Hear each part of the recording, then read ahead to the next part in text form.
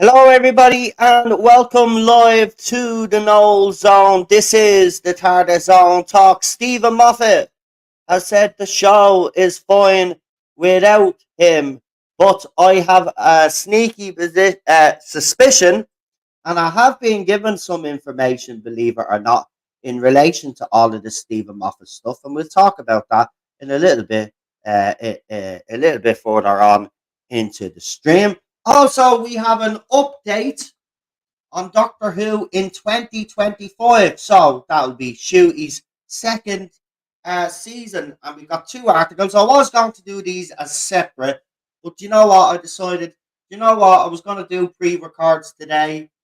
Um, and then I said, you know what? We'll do a live stream because they're two major topics and, we could do them together because they kind of link together anyway. But I do, and I have received some stuff over the, as you know, as I said, I haven't stopped getting information, by the way. It's just I just don't do that anymore. But the reason why Stephen Moffat is featuring quite a lot in the media, I know he's been at some events and he's got some stuff going on himself. But what I've been told is this: is there is a desire and a will to bring Stephen Moffat back to write some episodes for Doctor Who. Now, whether he will come out now while he's coming out with interviews saying the show is all right without me and all of this, this could be all smoke and mirrors from Stephen Moffat in the press. It could be a genuine attempt to get him on. I believe there is a chance that Stephen Moffat is going to write for Doctor Who. I think it's pretty much nailed on after the fact that the show hasn't gone the way or the ratings haven't gone the way that the BBC and Disney Plus, no matter what the shills out there that spin the ratings tell you that they're good, they're not as good as the BBC, Disney Plus, and all the others that were involved were expecting. They were expecting a lot more ratings than what they actually got, and it's all smoke and mirrors. The fact that they're coming out and saying it's great, it's not great, and that news was further compounded and proved to be factual. Actually, when you see the state of Doctor Who magazine under the Chris Chibnall era, and now we've got Bad Wolf, not Bad Wolf, we've got Big Finish in financial dire straits. So we'll start off with the Stephen Moffat story. Um, and again, the article's in the link description for anybody that wants to read the whole article. We'll just get into the bits that are relevant to what we're talking about here. I will put the article up on the screen, of course. But as you know, I will be giving my opinion while I'm reading it. But won't be reading the whole article. We're just going to get into the bits that are really relevant to this live stream. So we've got a couple of people in the chat there. So we've got PD Rich, who became a member when I was given the free memberships. Remember, next month now is the next time that we get memberships, so you have to be in the chat, and it's at random, unfortunately, folks. I mean, there's some names that have been given memberships that I've never seen in the chat, but have obviously subscribed to the channel and don't actually come into the chat. So their names have popped up, which is a bit weird to see because we don't see them interacting with you guys in the chat. But you know what? It doesn't matter. Eventually, next month then there'll be more. And I reckon what will happen is YouTube's algorithm will figure out who they gave the memberships to and then try pick another 10 random people. That's what I'm hoping happens. Hello, Noel. Let's talk about Stephen Moffat. We're going to do that now in a minute. But we've got PD Rich in the chat, and we've got Michael in the chat also. So, and I know there are a couple of other streams happening at the same time. as well. So watch the stream after the fact if you don't mind. It is a live stream. Well, I wasn't planning on going live as I said, but I said I'd give it a go. And see how we fare. Remember, as I said, I've secured my first guest for the new membership streams that we're going to be having for you guys. We're going to have a panel there, and then on Tuesday, hopefully, I'm appearing on someone else's channel, but by Tuesday, then I should know if I have all my panel in place. So look out for that. Right, let's get into the Stephen Moffat article. So what I'll do is I'll move me down here when the article comes up. So I've got the settings already set. So let's go with the Stephen Moffat stuff first. And this article is from Screen Rant. Now, can I just say that Screen Rant have been throwing out some articles lately and I'm kind of raised me eye. As you know, Screen Rant, Digital Sport, all of those other media outlets have been defending the previous regime. But, you know, some journalists during those years were able to get their articles through, and you know, Screen Rant. Some journalists actually had the guts during the Whittaker era to call it out for what it was, but the majority of the articles that these media outlets put out were all positive. So, Stephen Moffat says, "It's fine without me." Former Doctor Who showrunner sets the record straight about a potential return. Remember, as I said, though, right? This could be smoke and mirrors from Stephen Moffat. I'm not believing anything that comes out of this article. I've been told, and as I said, it's just rumor and speculation, but there is a desire to bring Stephen Moffat back to write some episodes of Doctor Who. Now, we kind of already knew that anyway, that there may be a possibility with RTD returning. Maybe they'd call on Stephen Moffat maybe to write a couple of episodes. But there seems to be something in it, and this is why it's very interesting that all of these articles are coming out right now at the moment about how Moffat is saying the show is all right without him, and coming out with other stuff. Former Doctor Who showrunner Stephen Moffat reveals whether there is any chance of him contributing to the series once more in the future. Uh, So that's just them giving their opinion. As I said, I'm only going into the parts that are relevant to us. So former Doctor Who showrunner Stephen Moffat reveals his honest answers of him returning to the series. Moffat began his involvement in the franchise between the classic series conclusion and its revival in 2005, and would join the production of Christopher Eccleston's season as a writer. Once showrunner RTD exited, we all know that Moffat. Yeah, yeah. Could you just get to the fucking point? So, though Davis is back, Moffat has firmly ruled himself out of a return of Doctor Who. When speaking to the Radio Times, the writer states that despite speculation from certain quotes and media posts, he has no plans to return. Check out Moffat's response below. So here it is here. He says, "Look at my aging face. How can I fit in? And I know, because I've seen the feedback, that people think I'm being evasive on the subject. The truth is, if I say anything negative about Doctor Who, it goes everywhere, like everywhere, right? It doesn't exactly bring joy to the world that I say something negative about Doctor Who. The fact is, it's fine without me." Now, that's the actual quote there. So he hasn't ruled out, actually, a potential return.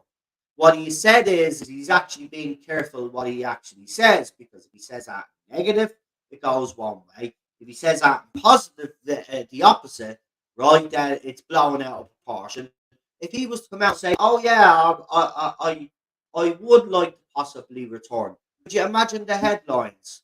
So again, as I said, he hasn't. These articles are actually kind of misleading, right? What I've been told is there's a desire to bring Stephen Moffat back And this is the reason why these rumours have started up in the first place. He hasn't ruled himself out. You've read his quote there. He's very careful what he says because he is right.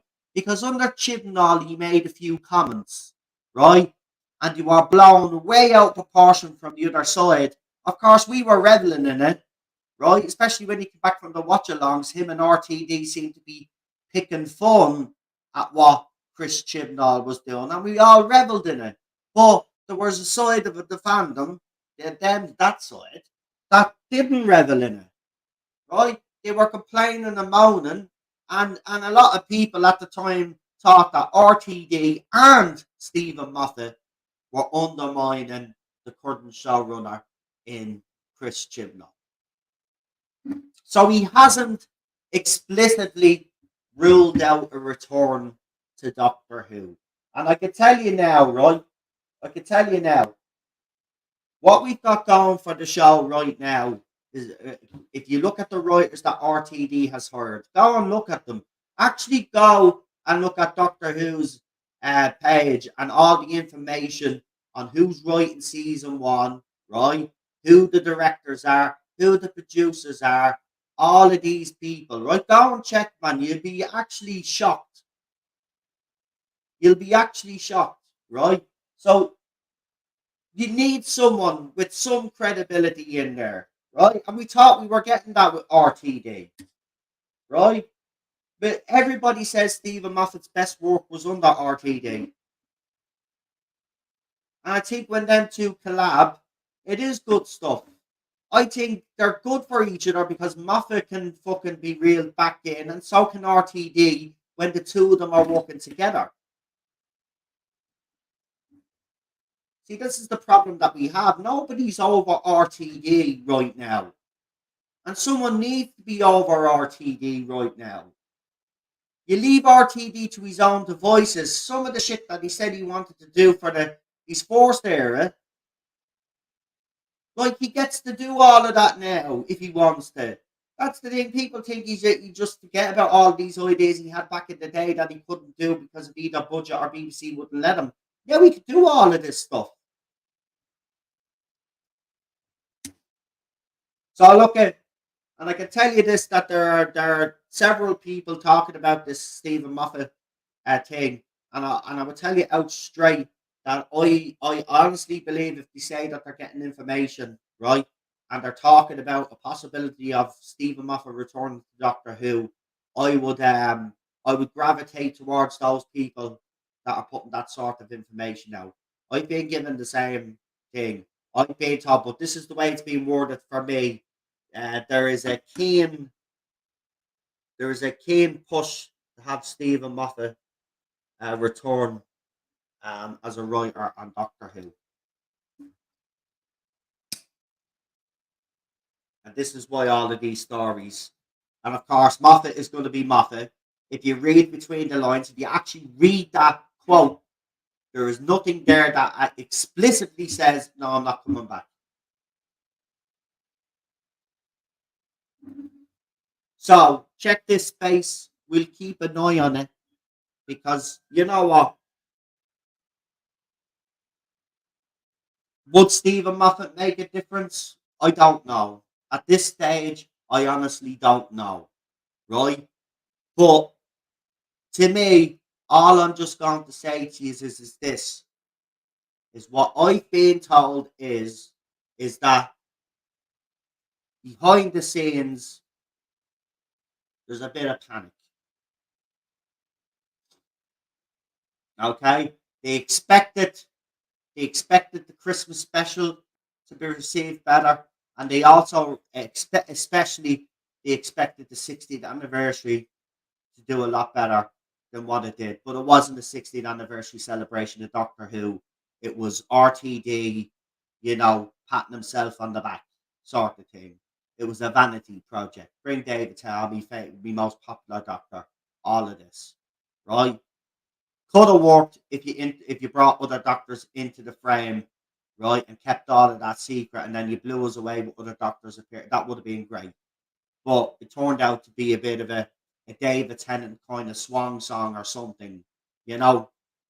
And I understood bringing David Tennant back. And I always said this, I thought it was great marketing. You bring back the most popular doctor, you bring back the most popular companion, and then you bring back a showrunner that brought the show back in 2005, right? And add the fact that it's the 60th anniversary of the show. Yeah, the ratings should have done a lot better, and they should be worried. They should be worried. There should be panic. Absolutely, there should be.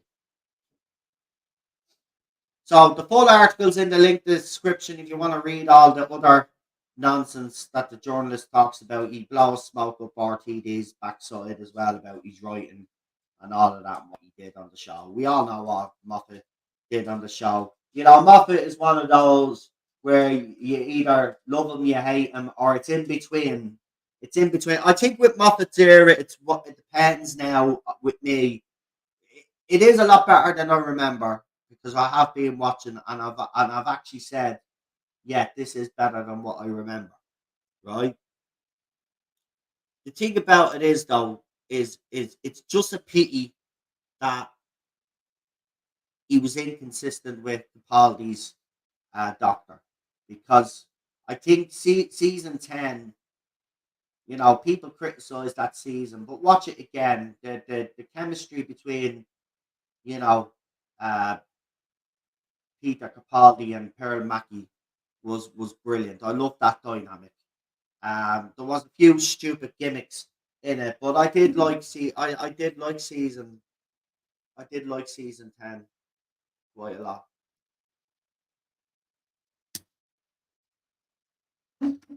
Anyway, let's move on because RTD apparently has given an update on um, Doctor Who in 2025. So it's also being talked about as well that RTD actually would have preferred to have the Christmas special and then within a couple of weeks launch Doctor Who. He wanted actually Doctor Who to be on the air already. He wanted his fourth season to be on the air already. But obviously it's being pushed back, as you know. Well, it hasn't been pushed back. They've just given the date now. But according to RTD himself, he wanted to have the show out literally the next week. So New Year's Day, actually, it probably would have kicked off. New Year's Day, it would have kicked off with the first episode of Shooty's era. But for whatever reason, maybe it's scheduling, maybe it was Disney Plus. I don't know. I'm not going to speculate. But if I was to guess, it probably is one of those things. And it was given the date of I think April or May or so. I think they officially announced it already. I'm not 100% sure. So this comes from Cult Box, and I've put their uh, article in the link description. Again, I will just read what's relevant to us on this stream. If you want to go and check out the whole article yourself, you're more than welcome to do so. So, in his letter from in his letter from the showrunner in Doctor Who magazine 600, RTD gave an update on filming and production progress of Doctor Who series starring Ncuti Gatwa as the Doctor to air in 2025. What follows is the information written in his letter combined with other filming news. So, Block 1 of the current production began in October 2023 and is already entirely filmed by director Alex Pilla.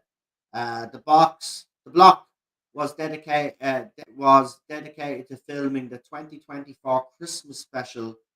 The editing on the special should be locked by now, and the sci-fi, the FX begin according to Davis. So they've already got the 2024 Christmas special wrapped up.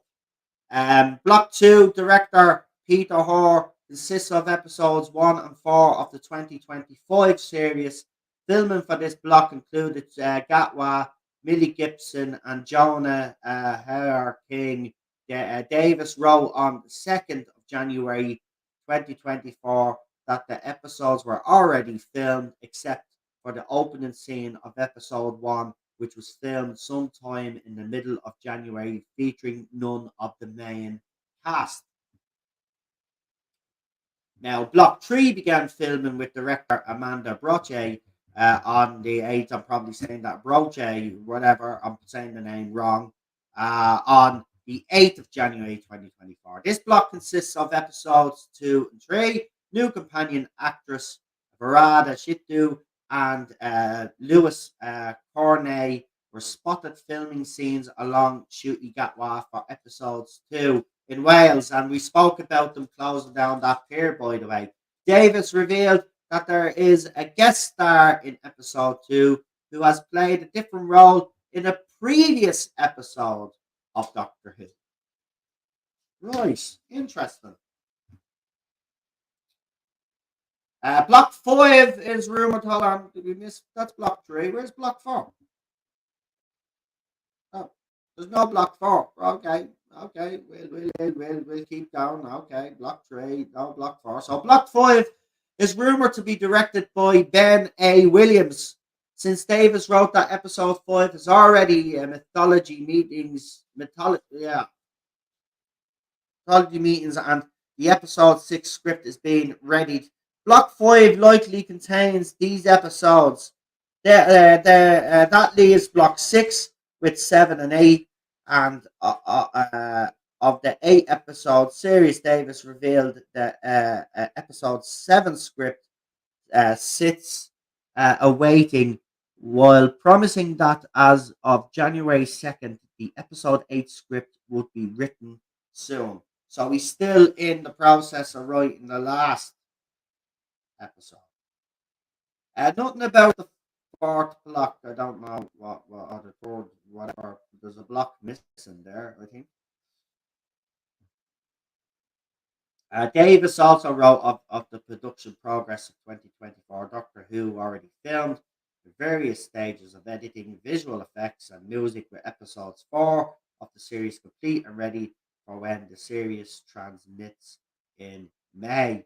And a new 8 episode Doctor Who series starring Shuti Gatwa and Millie Gibson as his companion, Ruby Sunday, will debut in May 2024, and then another 8 episodes of the series starring Shuti Gatwa, Millie Gibson, and Varada will debut in 2025. So, some interesting things there, I have to actually say. But let's be honest, all of this shit means nothing if the fourth series doesn't, the Shooty's fourth season doesn't hit the ground running. And with everything that we've seen so far, the confidence is on the floor. Look, obviously the other side are excited because they've got their writers, they've got their artists, they've got their actors and actresses. They're all happy. They're happy as Larry because they're getting everything that isn't Doctor Who happening to Doctor Who, so they're happy. But the rest of us and the mainstream audience that have walked away, um, what we've seen with the 4 episodes that we've been given, uh, there is not any high hopes for RTD's new era of Doctor Who. Again, though, we'll learn pretty quickly um, if this is going to be a success or failure. Remember, there are only 8 episodes and then a Christmas special, right? So by the 3rd episode, when we did the Chris Chibnall era, you knew by the 3rd episode it'll be the same here, right? It'll be the 3rd episode, right? It'll just be before the halfway point. You will know whether this show is going to be a success or not. So that is the stuff on Stephen Moffat. I do believe, though, Stephen Moffat is going to return. I do believe it's all smoke and mirrors right now with him coming out with that quote. The quote doesn't exactly quell the rumor. What he's basically saying to people out there in Doctor Who fandom, I'm sorry about me stupid bloody dog. Um, but the thing about it is, is that now I've lost my train of thought. Hold on.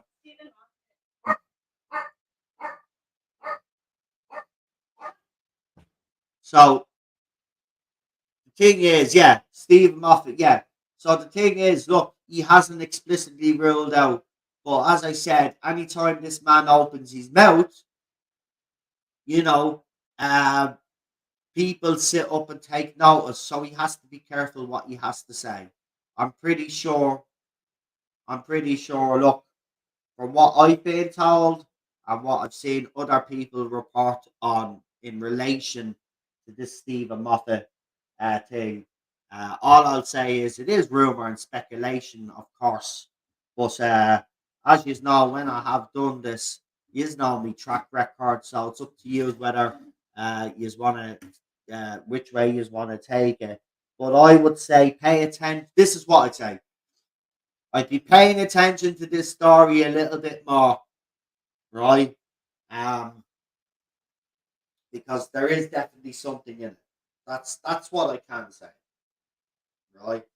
As for RTD, it's great that he's apparently what he wanted to do was bang, do his 60th and Christmas special, then release the next series of Doctor Who, then start off then with the Christmas special, release the series. He wanted them kind of go back to back, but for whatever reason, there's a gap now.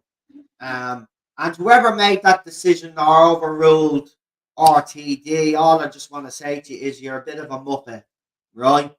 Actually, that could have been the best thing that could have happened was the fact that after the Christmas special next week, we got the first episode of Shooty's fourth season because it needed to build momentum. Now the momentum is completely gone again, and the promotion if I hadn't if it wasn't for the news articles, right, there's absolutely nothing going on in relation to this show.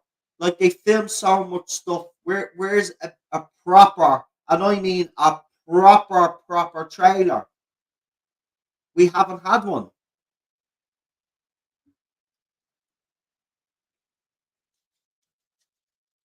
So that's what he wanted to do after the Christmas special. He wanted to have the episode on New Year's Day, the next day or the next week, and he wanted to do shoot his fourth season, have it done, right? And then obviously they're filming now. He would have wrapped up then. He would have had the Christmas special. The Christmas special's ready to go, right? And then he would have been ahead. And then obviously then, as soon as season two shoot his era dropped, he's already in the middle of filming series three. He's ahead of the curve.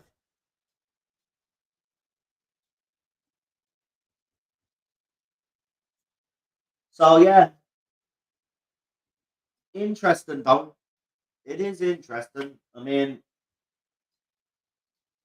whether he can deliver or not now, we spoke about this the other day when we did our can RTD save Doctor Who, and you know, of course, people have already made up their minds, and people think you're mad when you're asking that question.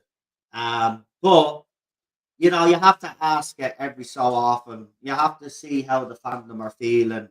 You know, some fans won't change their opinion, and rightly so. Some of them have been actually, you know, personally, you know, told to f off by RTD and stuff like that. So you can understand from their point of view why they wouldn't go back to the show.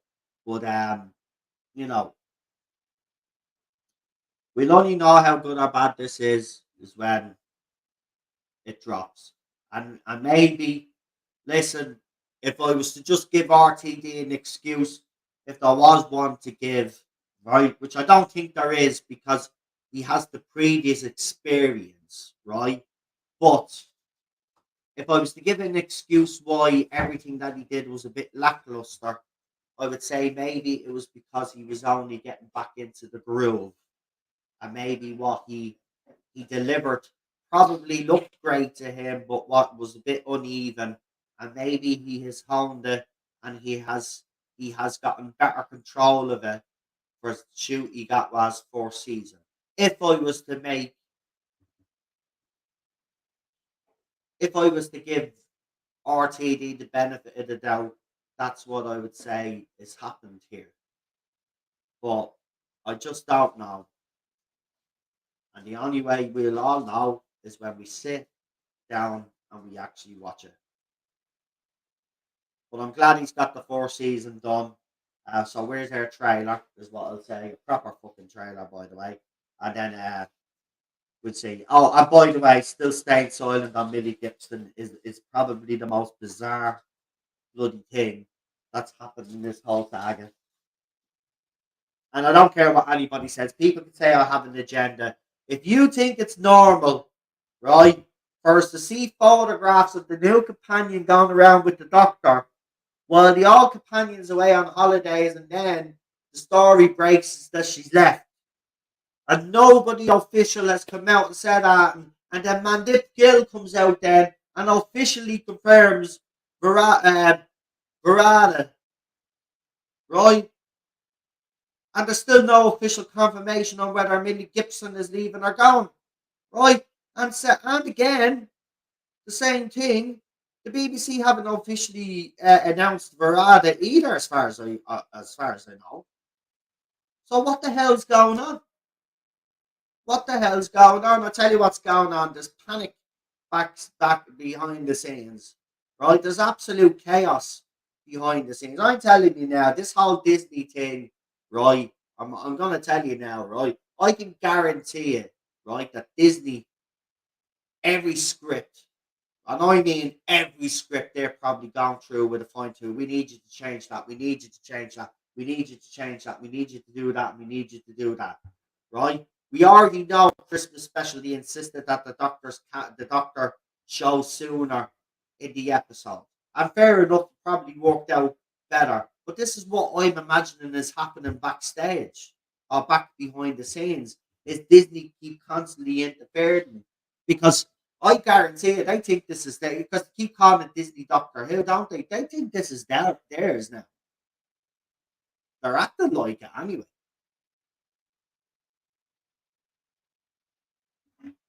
Anyway,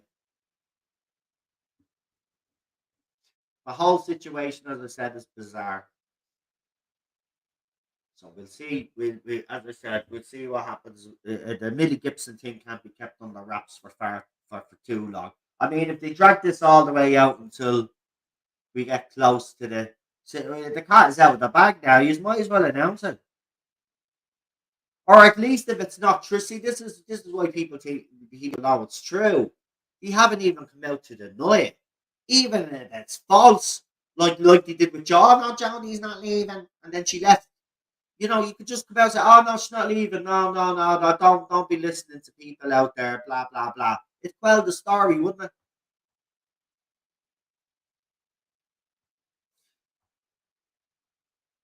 And apparently, it's going to be. I think Millie has been quoted as saying that there's going to be a big twist. I mean, we know the cat is out of the bag. You're leaving. We get it. There's a big twist. We get it. Yeah, but come on. Do you know what I mean? There's just it's crazy. It's crazy. I don't know if Kathleen Kennedy is directly involved, but if Kathleen Kennedy has got her claws on Doctor Fucking Who, then God help us all. And I'm not messing. God help us all if that woman has managed to worm her way into Doctor Who, right? But I doubt it. She's got she's got too much on her plate with the demise of the Star Wars franchise and now going ahead with the Super Ray movies.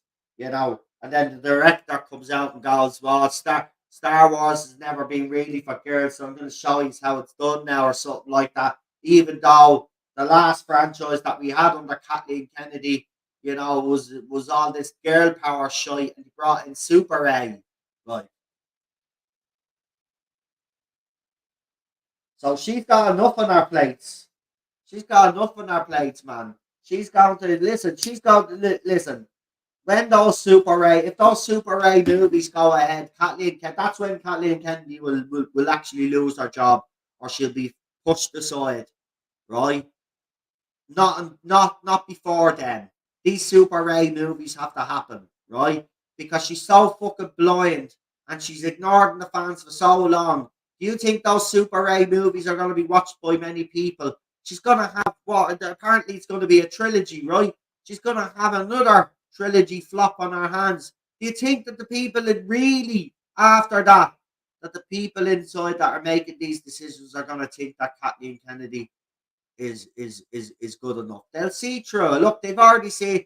Look at Hollywood is already starting to see through J.J. Abrams and people and all these other grifters out there, right? Kathleen Kennedy's time will come with Disney where they'll have no choice but to get rid of her. Trust me, right? She's going to. Don't be listening to some prick out there that keeps telling you every year that she's leaving. It will eventually happen, but of course, when she does actually leave, he'll take credit for it, even though he's been wrong every other single time that he's ever come out with that rubbish. But she will go eventually. She's not going to be always there, right? And these Super A movies will probably be the final nail in Kathleen Kennedy's prospects at Disney, right?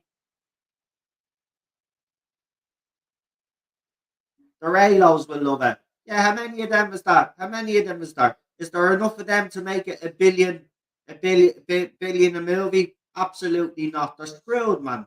They're screwed. None of these movies. These three Super A movies, not one of them will hit the £1 billion mark, the $1 billion mark. Not one. Not one movie. They'll have three flops on their hands, right? Kathleen Kennedy will be gone.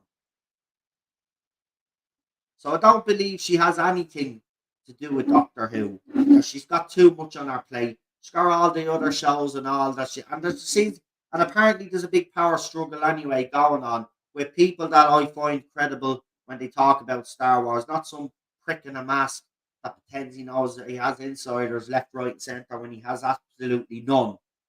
Right? I listen to people that are actually, that actually have been proven to put out accurate information in relation to Star Wars. So they're the people that I'm listening to, right? And if Kathleen Kennedy had anything to do with Doctor Who, trust me, we'd know by now. Because those Star Wars fans would say, there's another distraction for Kathleen. No wonder she can't do her job right. Trust me, they would be all over this.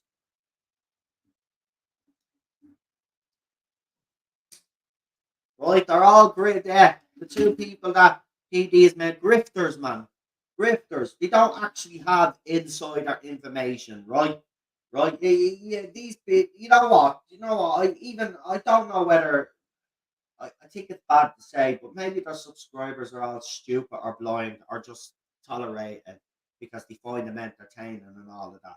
But the bottom line is that none of the information that they get is from insiders. They go on to all of these obscure little forums where people of legit nature are putting up different rumors and stuff like that. And they take them all and they repackage them as their own, right? That's why they always sound mad when they put out these crazy rumors. Remember, remember the sequel trilogy was going to be erased. That was one of the other rumors that never happened. All the other shit that they spoke about that never happened. Yeah. So Kennedy was part of Doctor Who. I wouldn't be listening to those two idiots anyway, for starters, but I'd listen to the people that have legitimately put out absolutely spot on information in relation to this. There were even YouTubers that were coming out calling all that crap out, saying that they were lying. They had information that was, and their information turned out to be better than and actually correct. So, there were ones out there that actually leaked the whole Luke Skywalker thing. Where was he in all that situation? I don't think he leaked that shit either. He didn't, but someone else did.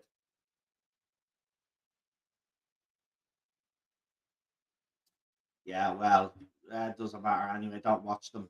So, but if it the reason why it led to that was because obviously Michael brought up Kathleen Kennedy being involved in Doctor Who. Kathleen Kennedy's not involved in Doctor Who. Kathleen Kennedy was involved in Doctor Who. Trust me, all of those fan channels that talk about Star Wars that are legit in breaking leaked information would be all over this. Right? She's nothing to do with it. Right? Trust me, in some ways, RTD is worse than Kathleen Kennedy.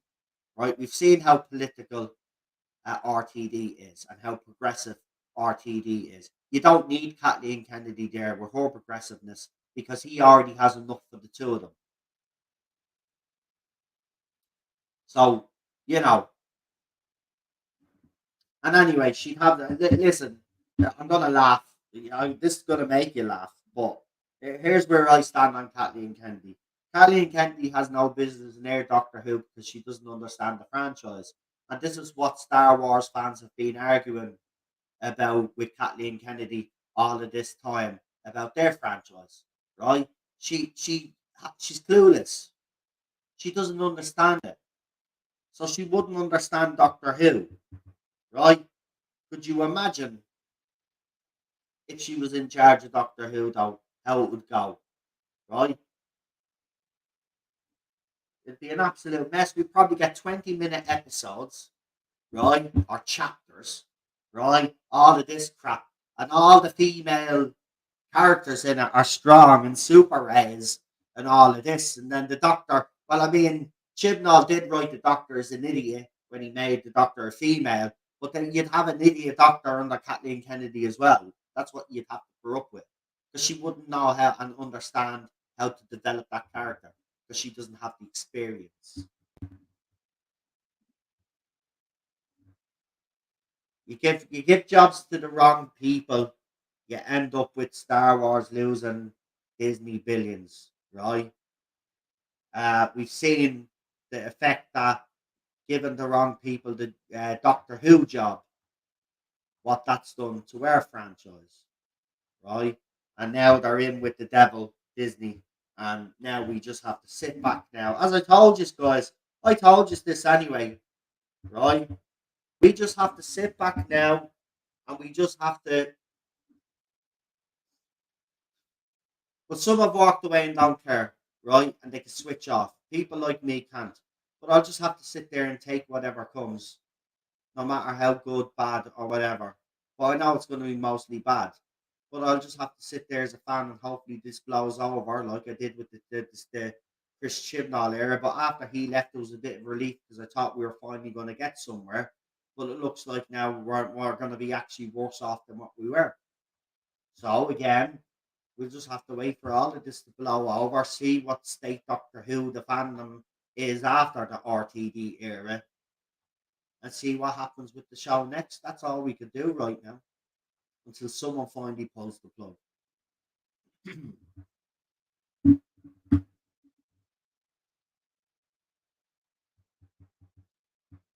So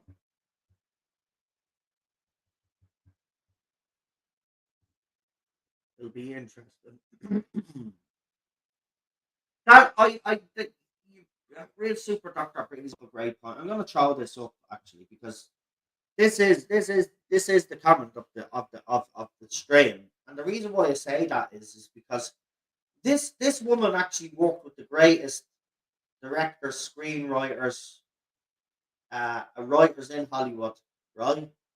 Uh, yeah, these directors that made iconic movies, right? She came from that. She learned from the best, and it's like as if she's gone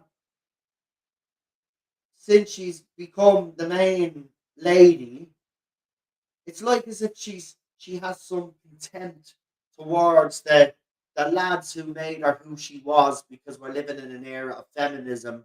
So all of a sudden these lads that made her are now kind of she has to kind of cut the apron strings from them sort of thing. So she goes and does the things that she goes and does.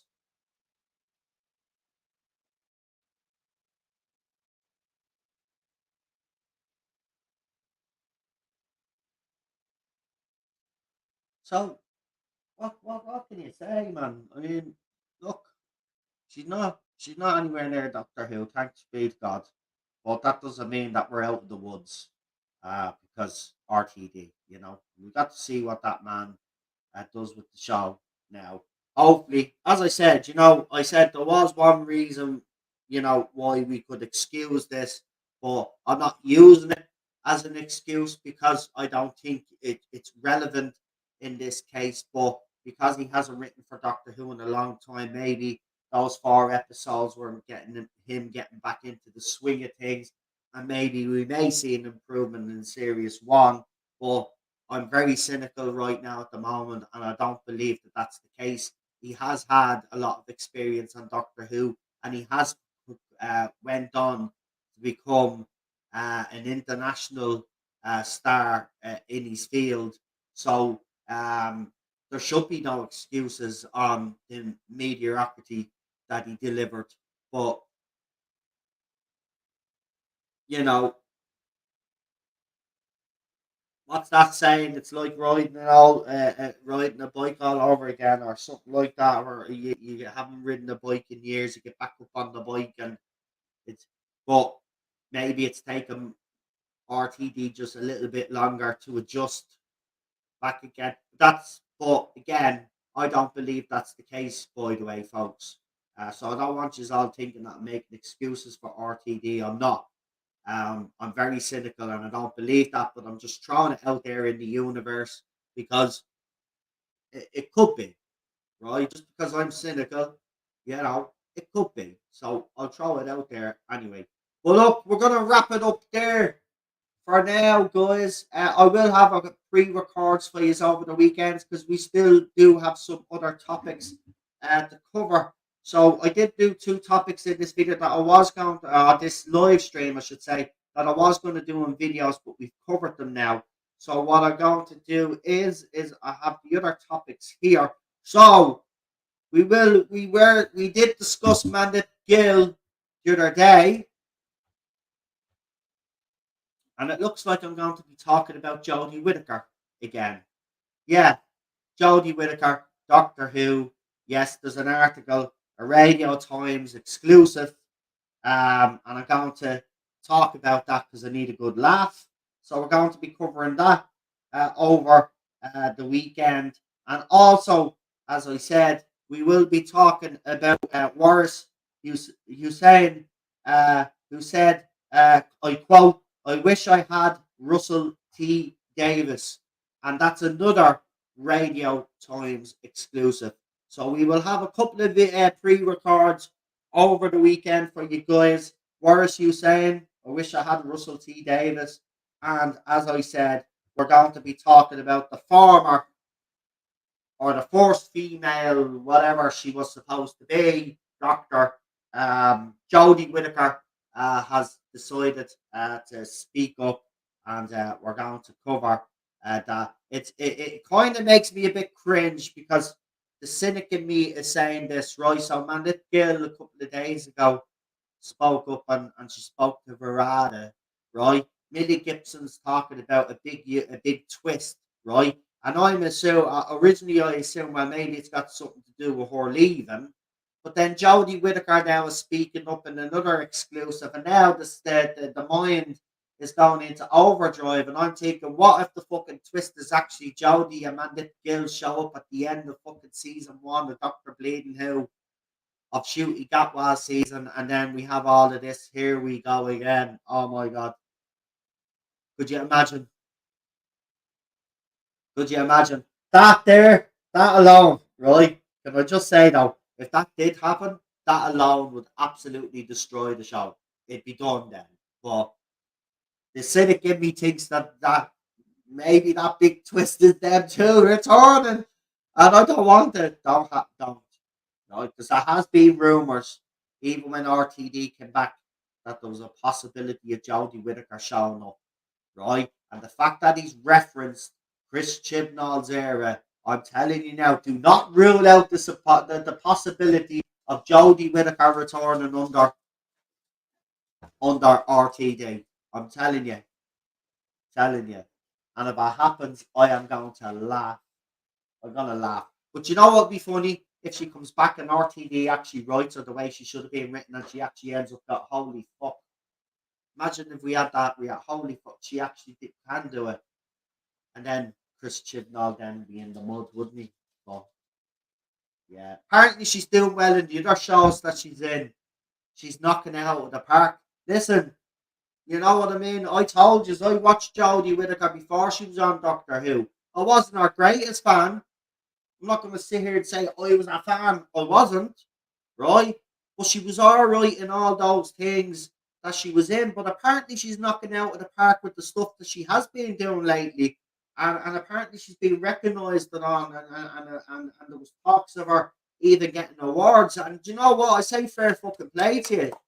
Because for nearly having your career destroyed by Chris Chibnall, how you've managed to fucking climb out of that cesspit and to move forward and do what you're doing. I'm being honest. I'm not saying this ironically.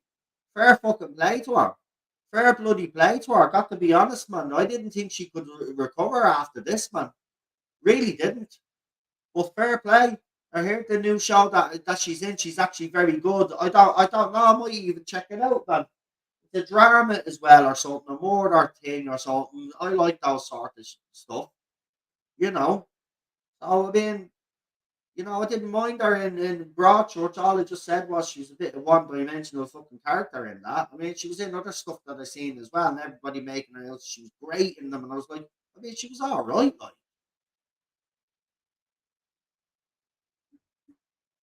But apparently she's knocking it out of the park. So I mean, fair bloody play. Didn't think she could recover. Kind of gone silent for Chibs though, hasn't it? But Jodie Whittaker seems to be doing well for herself. So well done. Well, yeah, I know she did. She did criticise us quite a lot. But you know what? The bottom line is this. The era is over now, as far as I'm concerned. I've moved on from all of that. I'm being honest. I have actually.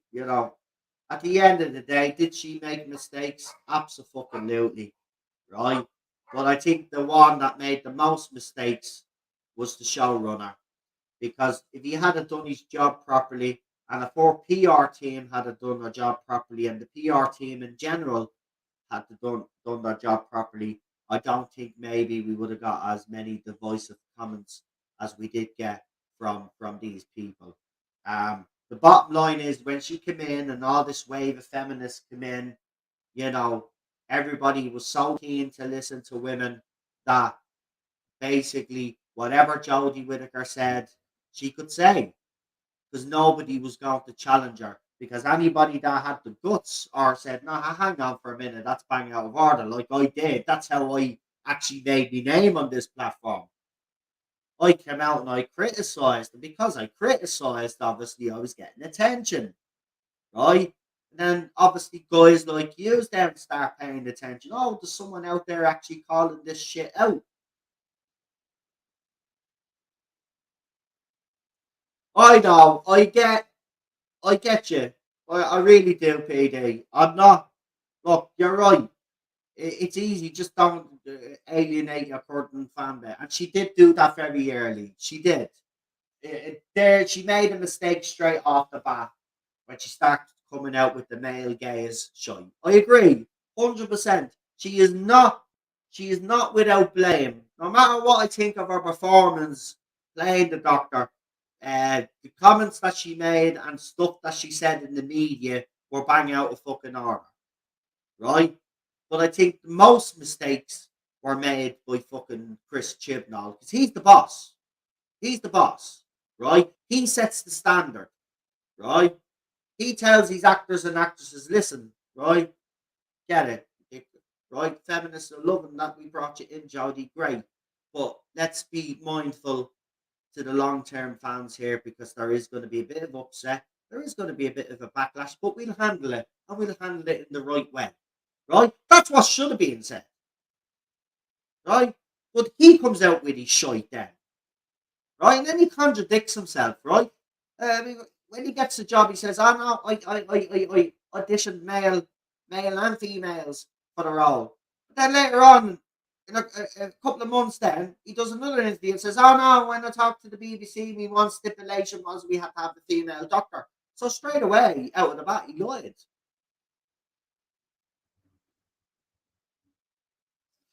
Anyway, look, I don't want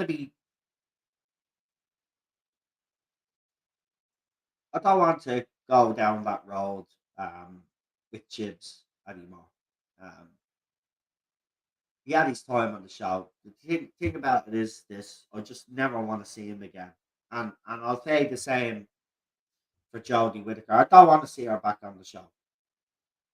But with all this boy generation show, I'm telling you, man, there's a possibility. It's open. It's open for her to return. See, this is why people need to kind of like take that in. There is a possibility that she could return. They could even convince if they truly wanted to make peace with Christopher Eccleston. Maybe there's a way that you come back, right? Maybe if RTD steps down as showrunner and someone else is showrunner, you could get Christopher Eccleston to return, right? You could even convince Peter Capaldi, Paul McGann, they could all come back. That even the fugitive doctor, I said it the other day, they were talking about her, she got her own toy, and I found that a bit weird, right? Why would they do that at that time?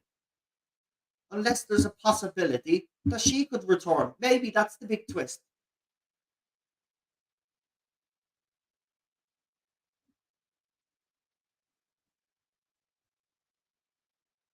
Anyway, interesting developments, and what we'll do is we'll keep an eye. We'll keep an eye on this. So don't forget to like, share, and subscribe, folks. On Tuesday, just to I might as well announce it here now.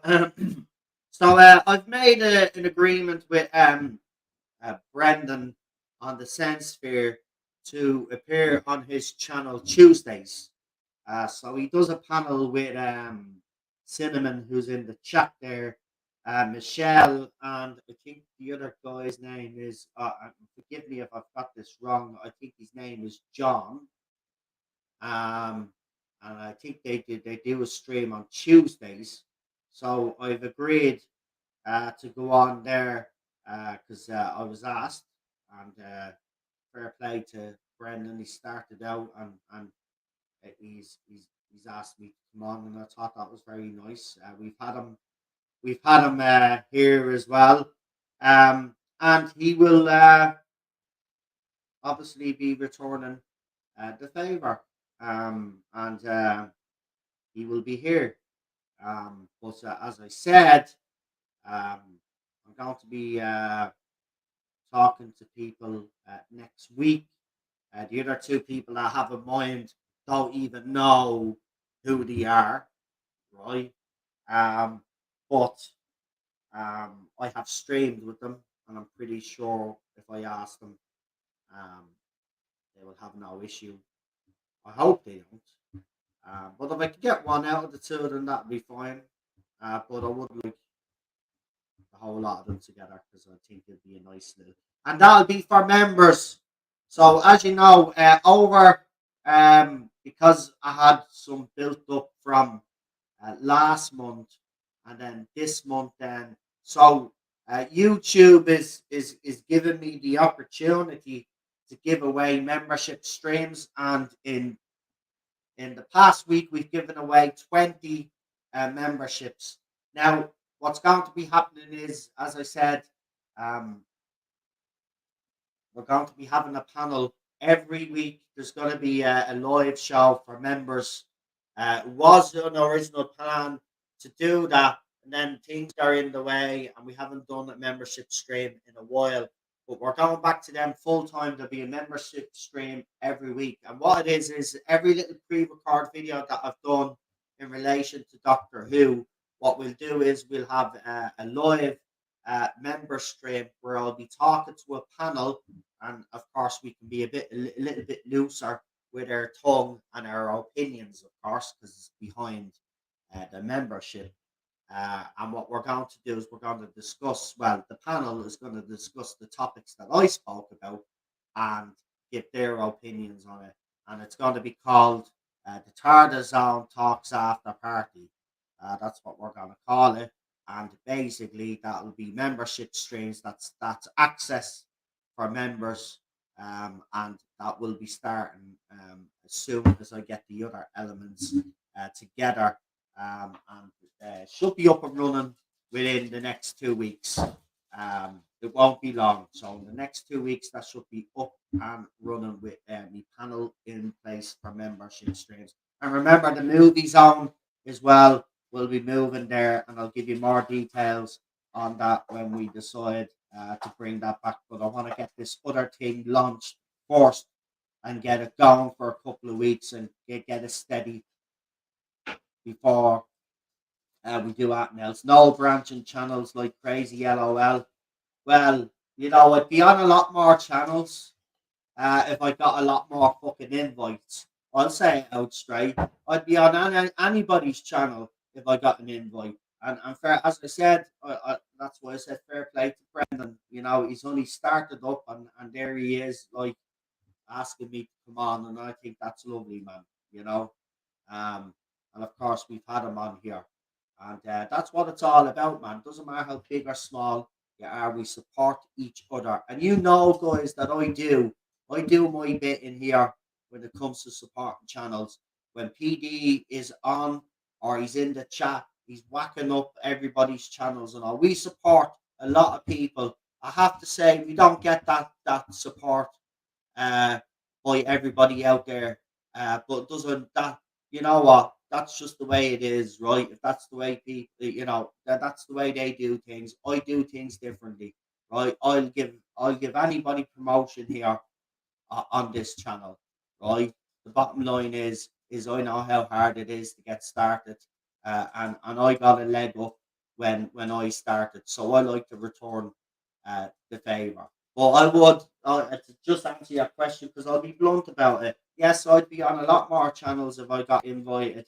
Now, there has been in the past, I have been invited on a few channels, and I've messed up myself personally, but I have apologized to those people. But the thing about it is, unfortunately, I'm a bit controversial for a lot of people out there, and that's just the way it is, right? So I'll just keep doing me thing here, and if people are interested in coming on here, they're more than welcome. And if they think I'd be a good guest on their channel, I'm more than happy to go on, right? But I don't at this stage. The bottom line is there you go. PD is already at it, right? That's what matters to me, right? So we're promoting people that that we like, and they're in there as well. So you got Brendan's Sense Sphere in there. You got Cinnamon Toast Crunch. You got Scottish Style versus Friends Wrestle with Pop Culture. The Gobster as well. Go and check him out. You've got Aldred Audio Visual, Black Glove Studios as well, because Lee has been working on that channel, doing Doctor Who audios with and doing the work for those audios. So go and check Black Glove Studios out as well. We've also got Rabbi from Another Planet. Go and check him out as well. We got Dan from the Space Book Type 40. Go and check him out as well. Who else have we got? Gary from Neurotics as well. I always like to give Gary a bit of a shout out, even though he doesn't need it. But I like to give Gary a shout out because he was one of those YouTubers that actually gave me a leg up when I first started. You've got Ballstreck as well, my very good friend Chris. I don't think he's done an upload in a while yet, but I know he's been putting up some comments, but he's been busy lately. But go and check out Ballstreck's channel as well. John Jack Rabbit, don't want to forget him either. Go and check out his channel as well. I try to remember them all as much as I can. Um, and any ones I do forget, of course, people will remind us in the chat anyway. But most of the time, I don't forget the people that I want to promote, because pretty obvious who they are now at this stage. But I still give them the shout out. Real Super Doctor has a channel as well. I don't know if he's done anything with it, but you can check him out because he's been on the channel quite a long time as well. And yeah, Cinnamon did actually talking about people starting on their journeys. course, I want to give a special mention to a fella that I've gained to it as well and shared the panel with, and he's been on this channel. Cinnamon Toast Crunch has put up his first video on YouTube. So if you want to go and check out his channel, please do, and subscribe to him as well. He does be on here and he does be on the Sense Sphere and he pops up like myself. If he's asked, he'll go on. A bit like Lee as well. As you know, we used to slag Lee off because Lee got to a point where he was stretching himself beyond. He'd be on here and then he'd be on another stream after here and then he'd be on another channel the next day and got a little bit too much for him. Lee spread himself out quite a lot actually. We used to slag him off for that because he needed rest. He'd go missing for days as well. Um,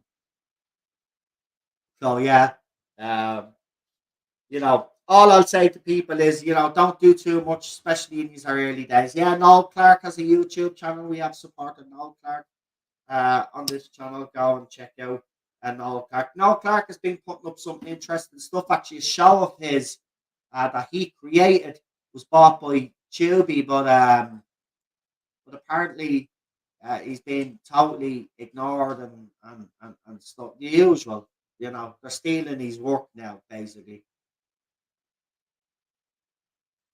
What? Yeah, I mean that's disgraceful. It's still disgraceful. No charges, no nothing, and he's lost his career. Not about our cinnamon. One of my favorite guests to have on anyway. Um, Everybody knows who my favorite guests are. Don't make any secret of it. Uh, so yeah, one of my favorite guests anytime, buddy. And listen, I wish you the best with it. And listen, again, as I said, I tried to do too much in the early days, really did. But I did do things that other people weren't doing at the time. That's how I was able to stand out. But you don't need to do that nowadays. Because YouTube is completely different now than it was when I even joined up and did this thing. Uh, just put out. This is how my advice to YouTubers is put out put out content when you feel like putting out content. Don't put out content because you feel pressured into putting out content. Because as soon as you feel pressured into putting out content, that's when you start making mistakes and start getting sloppy and stuff like that. So just put out the content that you want and in the time frame that you want. If your content is good, right, it doesn't matter how long or short your content is, right, or each video that you put up. If your content is good and engaging, people will flock to your channel. You know, uh, Daniel, as you know, uh, when he started off, he was going to give up at one stage and stuff like that, and he stuck at it and he stuck at it, and now he's got his channel the way he wants it now, and he's talking about the topics and he controls everything that he does on that channel now, and it's paid off for him and it's paid off for him. And all you need with this game on YouTube is a little bit of patience as well. Patience is the biggest thing with this, right? Some videos you'll find, even in the early days, when I used to get a video that did well, I'd be like, great, yeah, get a big high, right? A buzz. And then the next video I'd put up and it get about 12 views, and I'm like, what the hell? And I'd be down. You can't let that, and that's what happened to me in the early days. It's just keep doing your content. Don't get discouraged. You know, you've got people here in this chat anyway that will support you anyway. So you've already got a foundation, and that's why I say I'll plug anybody here. I'll give anybody a leg up, especially the people, be friends like yourself. So I wish you the best with it. It's always lovely. Do you know what? For me, doing this, do you know what the biggest joy I get is when people like you decide that you're going to do a YouTube channel and then you make a go of it and it actually does well. Like with Daniel, as I said, that's That's brilliant. That's a lovely feeling. So seriously, man, I wish you the best. Jack is doing his little review videos as well on his channel and stuff. I think he put the latest one up as well. Uh, he's doing his thing, and it'll pay off. It'll pay off. Probably already is paying off, but it pays off in the end. People see those people that do genuine content and don't do it for any other reason is because they love the stuff that they're doing, and it shines through. And once that shines through, you're onto a winner. Barry Letts, Philip Hinchcliffe got on, done some great stories and never produced sci-fi stories before Doctor Who. No excuse, it can be done with a better producer. Nobody's making excuses for RTD. I think RTD is under more pressure, Gemstone, because for the simple fact is he's had prior experience on the show. So I absolutely agree with you.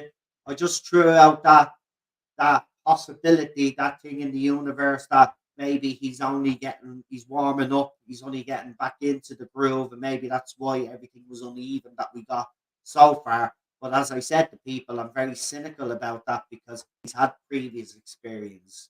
But I'm being fair here and I'm throwing out all possibilities because, people out there say that I'm not fair, but I am fair and I can be fair. So I throw all possibilities out there. Even with the Millie Gibson stuff, I've thrown all possibilities out there. With Verada's casting, right? Some people went straight away to the box ticking. I didn't. I went to all the possibilities of the reason why she was cast, including that.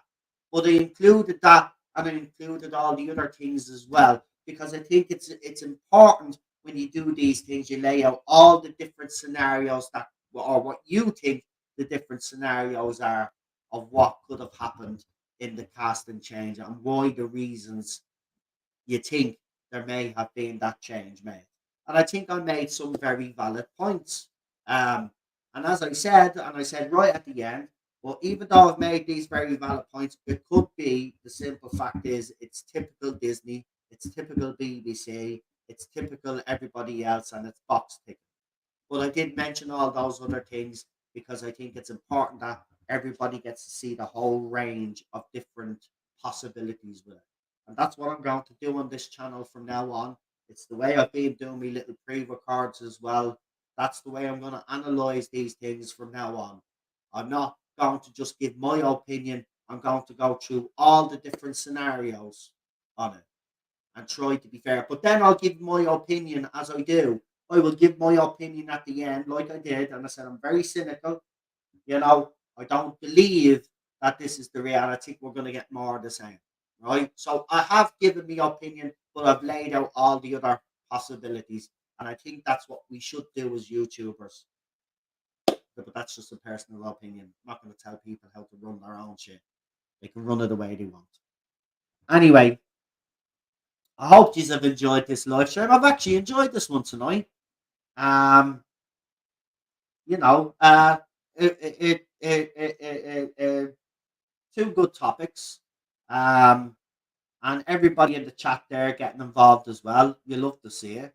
And I got to say, as I said, go and check out Cinnamon his first video that he put up. So he finally got his channel up and running. And as you know, guys, everybody here supports everybody that we have in the chat. We're a big community as well. Remember, we support each other. And I know you will go over and watch that video and support them anyway. But do the most important thing though, subscribe, right? Because that's the important thing is subscribe to his channel as well and give his video a like. It helps with the algorithm as well. And if you could do the same with this stream, I'd really um appreciate that. And I want to welcome all the new channel members as well. As I said, we will get those streams up and running for you ASAP. I'll give you more details when we get closer and I will announce the guests. I should know by Tuesday evening who my guests are. And once I know, then I'll make the announcement then when I do the next live stream, which will be on the Wednesday with PD and Queen Charlotte. So we'll announce it on that straight. So yeah, and John says if 13, if 13 comes back, it could be down to the toy maker, no doubt. Yeah, again, see, fans can come up with their little theories, even though they don't like the 13 Doctor. They'll still come up with their theories, won't they? Because that's what we do as a fandom. That's what I love about this fandom. These are all a very clever bunch. Do you know what? That's the thing.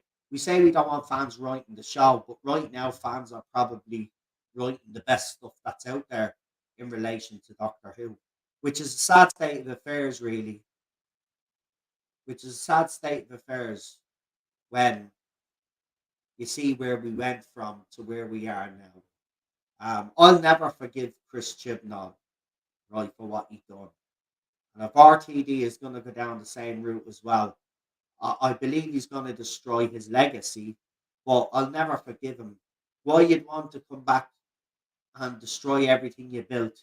Because remember, right, no matter what you think of RTD as a writer, can we just acknowledge the fact that without him, this show wouldn't have came back? So this is what I can't understand why he'd come back with this attitude now when he was literally the man that brought this back onto our screens and wanted it so bad that he fought for it.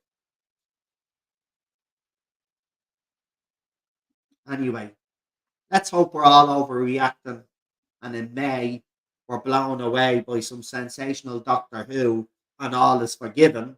But the cynic in me and what I've seen so far doesn't make me believe that that's going to happen. But as more information comes out about this season in particular, and then next season, obviously, we're already getting information about next season, but it'll be interesting to see what more information we get about the current season that's coming up. Because, as I said, then we'll be able to analyze things and have a look at it and see where we are. This is now these so-called professionals are becoming anti-equal to their own industries. Uh, this is it now. Yeah, yeah. I know, mate. I just, it's a simple fix and all, isn't it? I mean, like these people that are in charge of all of these things don't realize that it's actually a quick fix. If you go back to what you did in the past, like writing great stories and developing your characters and you know, not preaching to your audience every 5 fucking seconds. You know, nobody opposes a message being told in sci-fi. We've seen it throughout Star Wars. We've seen it in Doctor Who, and we've seen it in Star Trek. Like we've seen messages go through those shows, right? But they're done within the confines of the sci-fi show, right? And they create scenarios that mirror or echo what happened in our society and stuff like that. And that's how they did it. And that's how clever they were. But they're actually directly putting these issues into the show, and they're out of place. And that's the problem. They're not using their clever brains to figure out a way of how to incorporate it into a sci-fi show without hammering it across your head.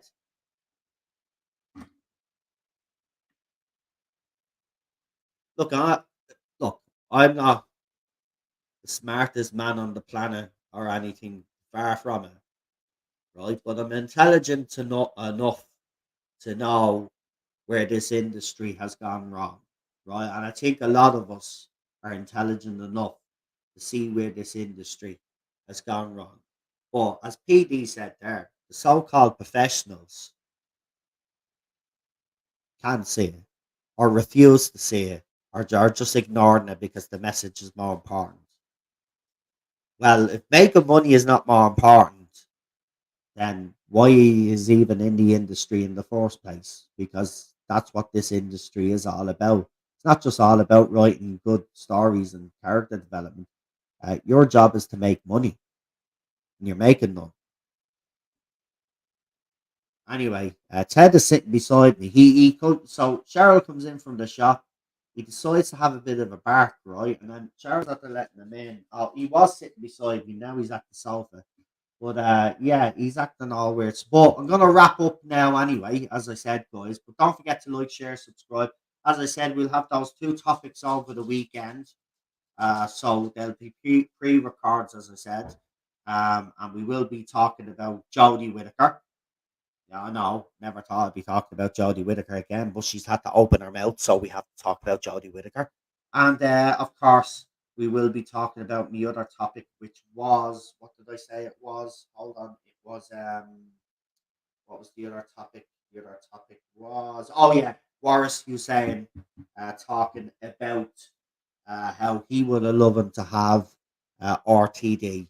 Um, so we will talk about that over the weekend. As I said, two pre-records coming up over the weekend. Look out for them, guys. Hope you've enjoyed this stream. This has been the Null Zone. This has been the Tarda Zone Talks, and we shall talk to you all very, very soon, folks. And yeah, have a good weekend, and talk soon. Bye bye.